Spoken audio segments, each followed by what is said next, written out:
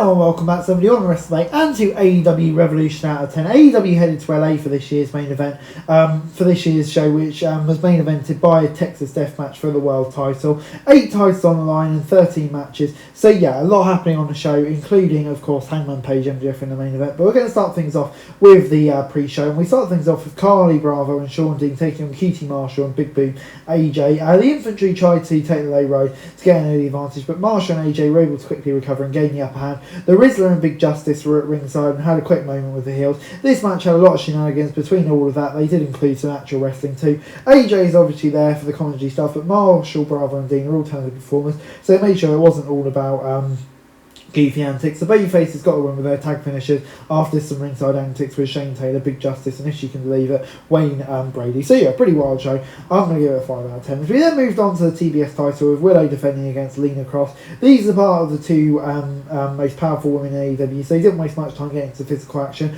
Cross is new to the AEW crowd, but she has quickly established herself as someone to watch and dominated much of the first half as Nightingale did a good job making her feel like a monster heel. The champ kept trying to rally while seeing injured shoulder. They wake up the crowd with a stiff exchange of chops, which insinuated the final sequence of moves. Both women had a couple of close calls, but Nightingale was able to retain with a backside. As soon as the match was over, Bane appeared out of nowhere to attack the champ. Cameron made the save of a lead pipe, but Willow goes into their title match later in the pay-per-view at a disadvantage due to her shoulder. I'm going to give it a 7 out of 10. As we then moved on to Ricochet defending his national championship in a 21-man blackjack battle royal, including Shibata, Ciampa, El Clon, Garcia, and all 3 members of Bang Bang Gang and many more. The referee made countless of agony leave the match since they weren't involved, so Ricochet was by himself. The fighting started with everyone surrounding the ring instead of inside, but the rules were the same as Battle Royal. Having people going in and out of the ring without being eliminated allowed for different combinations to work with each other. It's just the high fives that were the main attraction, but it felt like everyone had at least one moment. The match lasted until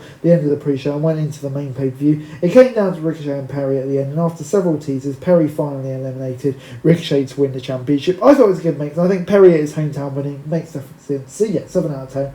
Moving on into the men's tag titles, which officially kicked off the main card. FTR against the Young Bucks. This feud has defined the tag division.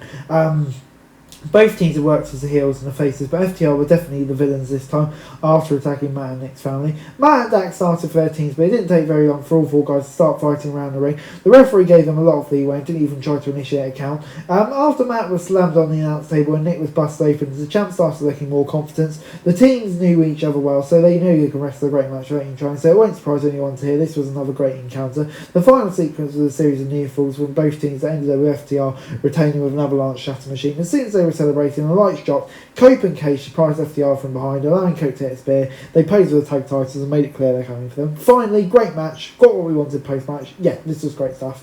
Moving on into Marina Shafir, who came out without the rest of the Death Riders for a match against Toni Storm. This was the only women's match on the card without a title on the line, so it was all about beef between them. Shafir blindsided Storm while she was posing for her entrance, so the ref came for the bell and started the match. For the first several minutes, the former world champ completely at the mercy of the MMA star. Storm can seem to hit her finisher for more than 2 moves before Shafir would fire back. However, the Tyrants managed to rally, scoring a woman inside cradle. It was probably Shafir's best match to date, and Storm did a good job letting her showcase as much as she did. As Storm was lying on the stage soaking in her win, Ronda Rousey suddenly appeared and called Storm back. Several officials got between them before a match started. I mean, seriously, who saw that coming? I mean, yeah, Ronda Rousey in AEW is pretty wild. I don't know if it's a one-off thing or if it's going to be longer, but yeah, certainly pretty intriguing and one that I didn't see coming, but I'm very excited to see where it leads to next.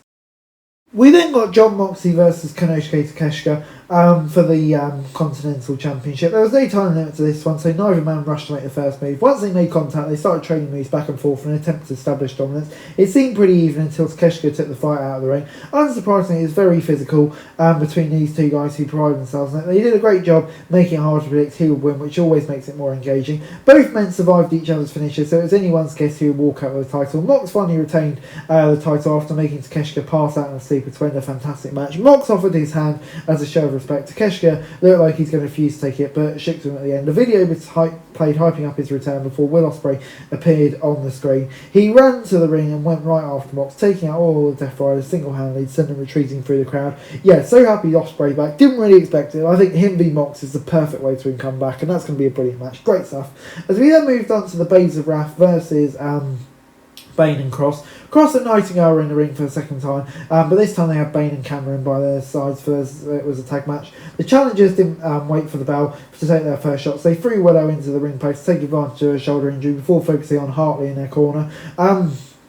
Nightingale eventually recovered and got the hot tag, but she was working with one arm for most of the match. Cross and Bane seemed to have the number and dominated the match. After hitting a double chokedown, Cross covered Willow and got the pin to win the tag titles for her and Bane. This was a bit of an anticlimactic finish, but it felt like the right decision. All four women did a good job, but if they had a few more minutes, they could have made this even better. So yeah, I'm going to give it a 6 out of 10, but I still think it's the right decision to give us new title holders.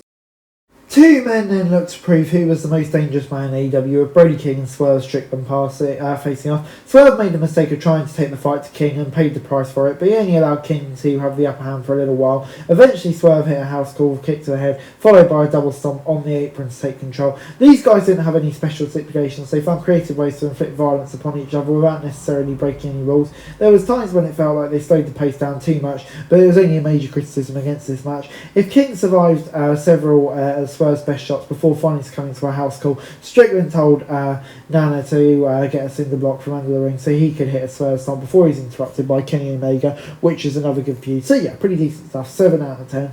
As we then moved on to Thekla, who put her Women's World title on the line against Stat. These was a 2 out of 3 falls match, so we knew we were in for a battle of attrition.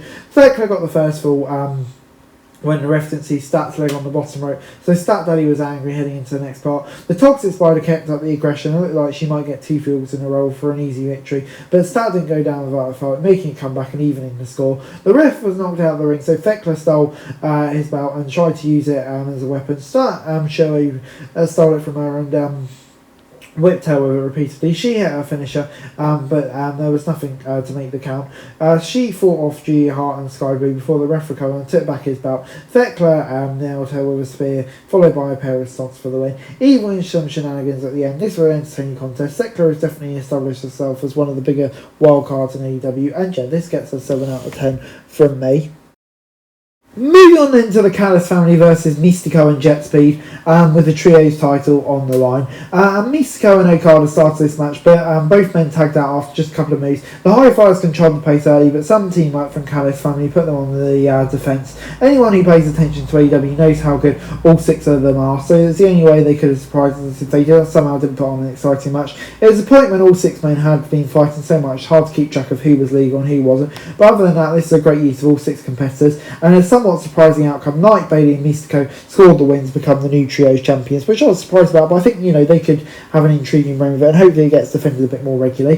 Bandito then took on Andrade El Idolo in a non-title match. Callis was on Andrade's corner, which is a little strange since he was absent from other matches involving his stable. This was pacing themselves early in the match and sizing each other up, but it didn't take long as they started to pick up steam and began trading takedowns. Andrade was in control enough to take some time to pose with a fan in the front row for a selfie, but it also allowed Bandito to recover from a brutal powerbomb. This was a great representation of Lucha Libre style and made both men look like $1,000,000. They didn't need to rely on blood or weapons, they just needed to go out there and show off for the crowd to get invested. They may not have had as much mayhem as some of the previous bouts on the card, but from a technical standpoint it's one of the match of the night. Andrade was able to pick up a clean win to cap off an incredible performance. 8 out of 10 from me. As we then moved on to the Dogs versus Cassidy, Strong and Allen, a huge tornado tag match. With no tags and a night when the rest seemed to be playing fast and for the rule, it turned into chaos. This was the same story to the match, where it's mostly just an excuse to get these 6 men on the cards, which was fine because they should all be on there. There wasn't a single second where somebody wasn't being hit with a painful looking manoeuvre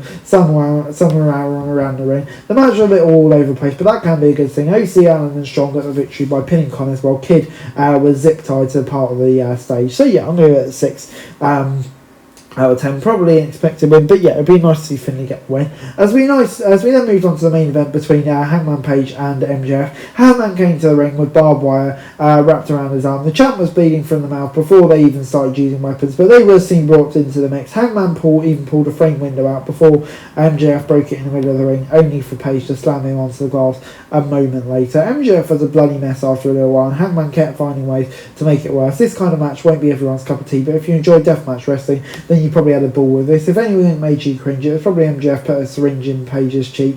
9 men left the ring on Sunday without some cuts and bruises. This was easily the most gruesome thing we saw on the show, with multiple matches improving blood.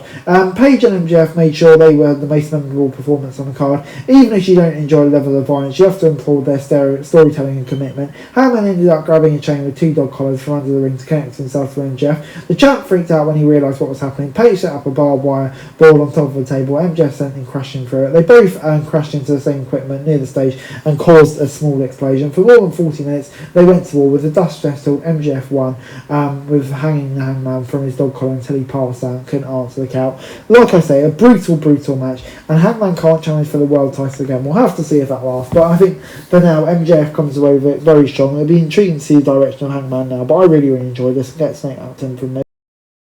Overall, Revolution gets a 7 out of 10 from me. AEW always knocks it out of the park at pay-per-views, and Revolution was no exception. The night featured a couple of title changes, memorable returns. The women's division had a very strong showing. Of course, Ronda Rousey coming out is a huge surprise. Bandito and El Idolo put on the best technical match tonight, but it was going to be hard for anything to match the Texas Death. They put on a classics closer to the show. The violence may have been too much for Sam, but I thought the performance was excellent. It's a solid pay-per-view, but Hangman no longer being able to challenge for the world title is definitely going to be, I think, conflicting among AEW fans. For this video, thanks very much for watching. Remember to like, share, subscribe, follow us on our socials, link in the description below for daily wrestling news, meme and content. Subscribe to our other channels on screen right now, that'd be greatly appreciated. Thanks very much for watching. Peace out.